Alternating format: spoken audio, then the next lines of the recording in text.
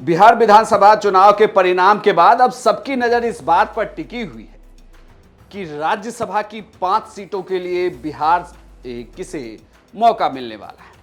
ये तो साफ है कि बीजेपी और जेडीयू जिस तरीके से परिणाम आए हैं, ऐसे में वो दो दो सीटें तो अपने हिस्से की ले लेगी।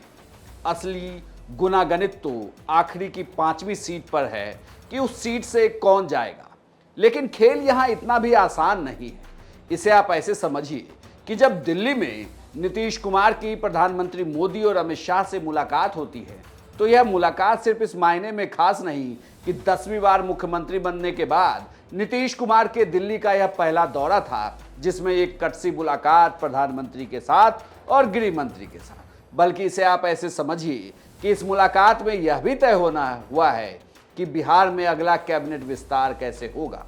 साथ ही ये भी कहा जा रहा है कि जो केंद्र का अगला बजट आने वाला है, उसमें बिहार के लिए फिर से स्पेशल पैकेज की मांग की गई है।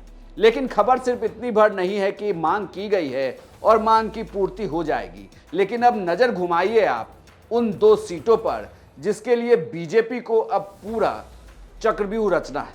लेकिन बीजेपी किसे भेजेगी राज्यसभा, इसे लेकर अभी से चर्चा है। दरअसल बीजेपी की एक परंपरा रही।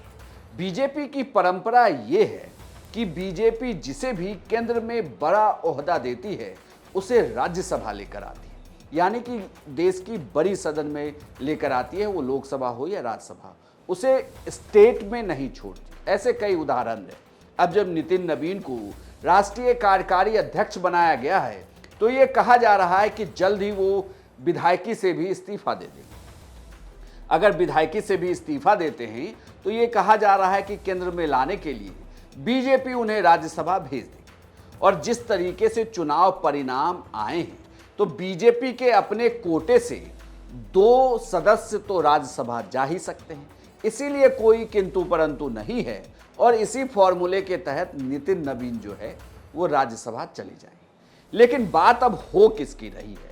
जो बात फंसी है, वो बात फंसी है इस परंपरा पर कि क्या इस बार बीजेपी अगड़ा पिछड़ा का कॉम्बिनेशन तोड़ देगी। बीजेपी ऐसे तमाम सीटों पर जहां उन्हें 2 लोगों को भेजना होता है या 2 से ज्यादा, तो वो अगड़ा और पिछड़ा का बैलेंस बनाकर चलती है। लेकिन चर्चा एक और नाम की है और वो नाम है पवन सिंह की। पवन सिंह इस बार के बिहार विधानसभा चुनाव में उन्होंने जबरदस्त परफॉर्मेंस दिया। लेकिन बीजेपी को इस बात को भी नहीं भूलना चाहिए कि लोकसभा चुनाव के दौरान शाहाबाद में शून्य पर कैसे सिमट गई बीजेपी और इसके पीछे किसका हाथ था। उपेंद्र कुशवाहा को लोकसभा चुनाव हारना पड़ा, लेकिन खैर छोड़िए, बीजेपी ने उपेंद्र कुशवाहा को भी राज्यसभा भेज दिया था। अब उपेंद्र कुशवाहा का कार्यकाल खत्म हो रहा है। यह कहा जा रहा है कि उपेंद्र कुशवाहा तो इस बार रिपीट नहीं होंगे, लेकिन क्या पवन सिंह चले जाएंगे? लेकिन यहां भी जो सबसे बड़ा तर्क ये दिया जा रहा है कि बीजेपी ऐसा क्यों करेगी। क्या बीजेपी 2 अग्रणी नेताओं को राज्यसभा भेज देगी, एक नितिन नवीन और दूसरे पवन सिंह? यहीं पर असली पेच फंसा हुआ है। यह तो लगभग तय माना जा रहा है कि उपेंद्र कुशवाहा नहीं। लेकिन आपको यह भी बता दूं कि बीजेपी ने हमेशा अपने फैसलों से लोगों को चौंकाया है। बिहार के सीनियर जर्नलिस्ट अरुण पांडे से हमारे संवाददाता अनिकेत ने बातचीत की और इसी मुद्दे पर जानने की कोशिश की कि क्या बीजेपी इस तरीके का चौंकाने वाला फैसला ले सकती है। अब एक चर्चा भी जो हुई है, मुझे नहीं लगता है, इसलिए कि राज्यसभा की 2 सीट खाली हो रही है। 2 सीट नहीं, 5 सीट खाली हो रही है, इसमें 2 सीट बीजेपी को मिलनी है।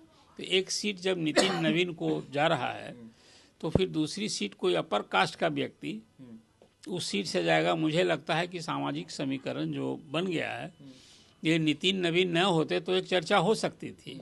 चर्चा तो खैर हो रही है, लेकिन मुझे कहीं दूर दूर तक ये नहीं लगता है कि दोनों सीट से कोई अपर कास्ट का जाएगा। इसलिए पवन सिंह को राज्यसभा से भेजेगी पार्टी, ये फिलहाल मुझे नहीं लगता है। उनको अभी बीजेपी में है, अभी तो अभी इंतज़ार करना होगा। समूह से संबंध है, सेलिब्रिटी हैं, फिल्म स्टार हैं, ये एक अलग विषय है। लेकिन राज्यसभा में उनको बीजेपी में भेजेगी, मुझे नहीं ऐसा कुछ कहीं उनके जो राजनीतिक सामाजिक समीकरण है उसमें लगता है। हाँ, 2 सीट में यदि एक नितिन नवीन का हो जाएगा, तो दूसरी सीट से कोई अग्री जात का नहीं, कोई पिछड़ी जात का जाएगा, कोई अति पिछड़ा का जाएगा, कोई दलित का जाएगा।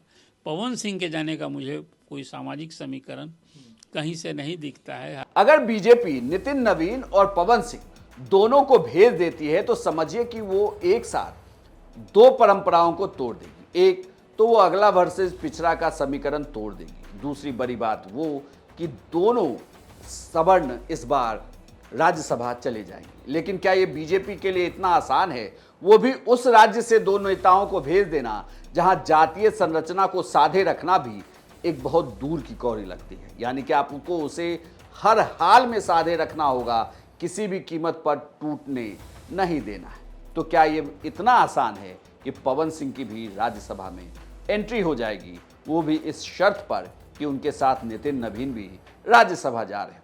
आपकी इस पर क्या राय है, हमें कमेंट बॉक्स में लिखकर बताएं। और बिहार की तमाम खबरों के लिए आप देखते रहिए सिर्फ बिहार तक।